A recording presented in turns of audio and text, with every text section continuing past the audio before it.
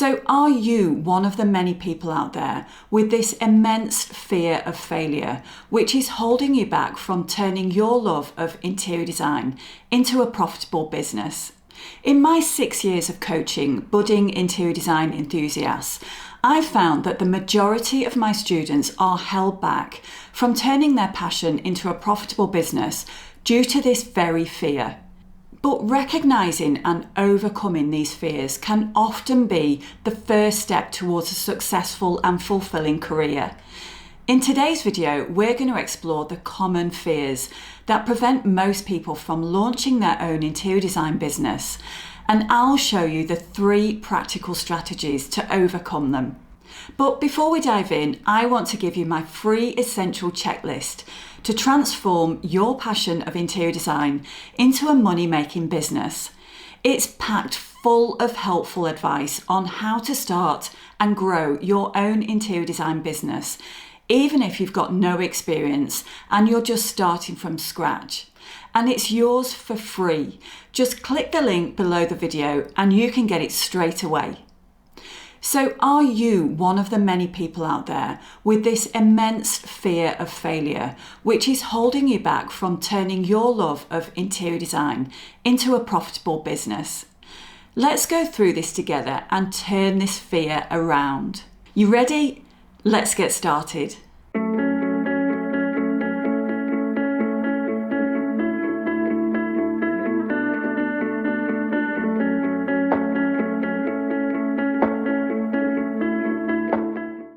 Welcome to episode 8 of the MOOC channel. I'm Angela and I'm your host, and I'm so happy to be hanging out with you today. So let's talk about the fear of failure. And these are real fears that many of us face and which hold us back from getting out of the current situation that you're probably in.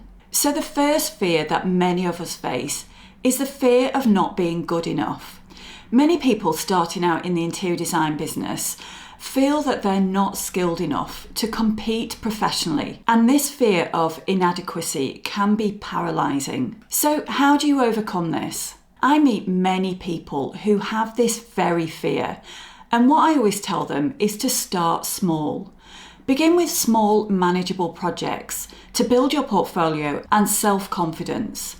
Quite often, hands-on experience is the best teacher. You have the talent, which is why you're here, and you have the ability to help people solve their problems through interior design.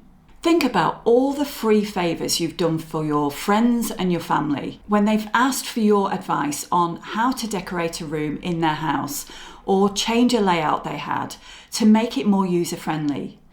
These people value your expertise, which is why they've asked you for their advice in the first place, regardless of if they were friends and family and you did the work for free. And now you can put your talents out there to the world and start getting paid for your knowledge and your passion.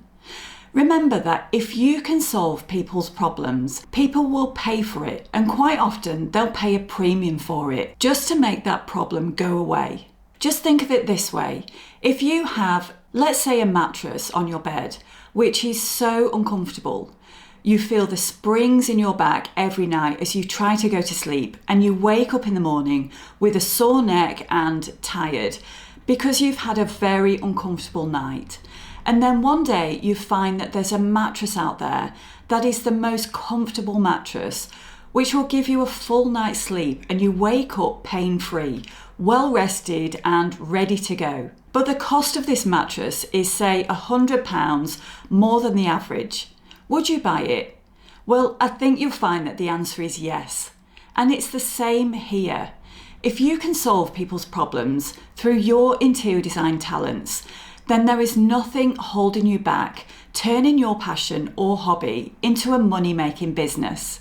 Now, the thing to remember here is that people make purchasing decisions from how you can get from their current pains or frustrations. So in our mattress example, it's a bad night's sleep, and you can solve this problem to where they want to be. This is to have a good night's sleep and wake up pain-free. And people make this purchasing decision based on the transformation that you can give them. So here it's not the actual mattress they're making the decision from. It's the transformation that the mattress will have on their lives, which is the key. Do you see what I'm saying? By you being able to solve someone's pain or frustration, by having a room which is uninviting and no one wants to be in there, and it's somewhere which is using up valuable space in their home, to you transforming it into a beautiful space which brings all the family together and all the teenagers down from their rooms to enjoy a family film night. This is what people pay for, as you will enrich their lives and solve their pains and frustrations. The second fear that you're probably experiencing is the fear of financial instability. The uncertainty of leaving a steady paycheck for the unpredictable income of self-employment can deter many from pursuing their entrepreneurial dreams. Now, the good thing is that this is an easy one to address. Did you know that you can start your dream interior design business in just 30 minutes a day without leaving the security of your day job? And this is exactly what I did when I first started out. By starting your business as a side hustle while maintaining your day job will reduce the financial pressure on you and allow you to build your client base gradually, making the transition to full-time interior designer smoother and less risky. Did you know that the average person spends 2 hours and 23 minutes a day scrolling through social media? And that's just social media. Imagine using one of those hours in working on your business. Imagine where you'll be in a month from now if you just put 1 hour a day aside. In 6 months, you could be earning enough to leave your current 9 to 5. And in a year, you could be earning double what you earn in your 9 to 5. Imagine that, and it is possible. I've seen so many people in your shoes right now achieve these milestones, and it's truly possible. If you put the work in now, I can promise you that it will reap the rewards faster than you think. And the third fear is the fear of rejection or criticism.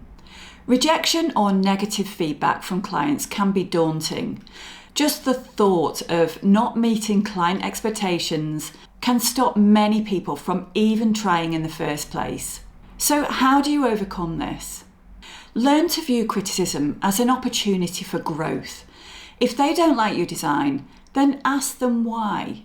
If they thought your services could be improved, then ask them how. If they didn't want to take you on as their interior designer, then ask them why. Now, it doesn't need to be a difficult conversation. You can simply say, "Thank you for your valued feedback. As I'm relatively new to the industry, I'd really like to learn from a client's perspective on how I can improve my services, as this is a really important tool for me to be able to grow and develop, and any feedback will be most welcome."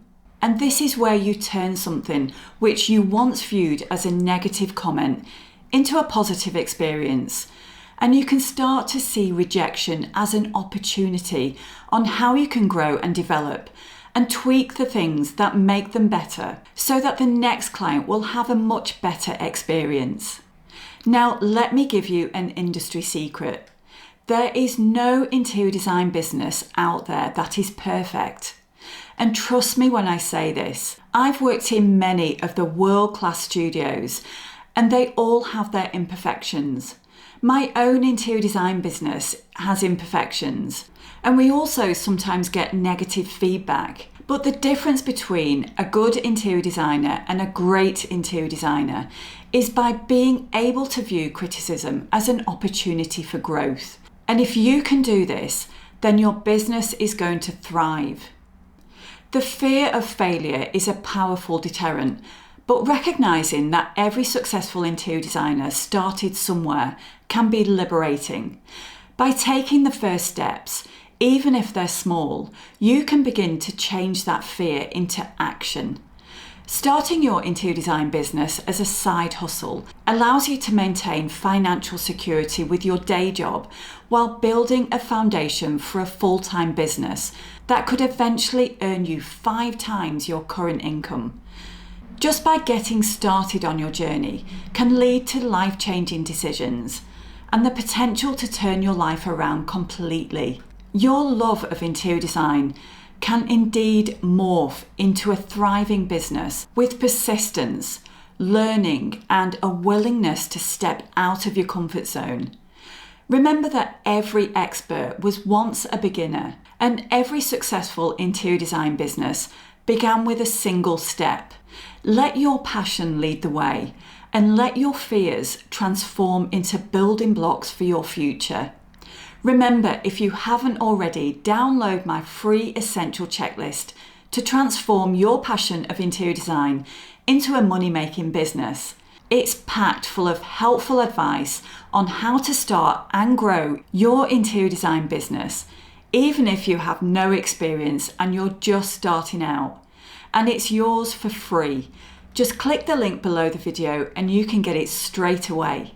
And if you have any of these fears, just write them in the comment box below. Thanks for watching and thanks for listening, and I'll see you soon.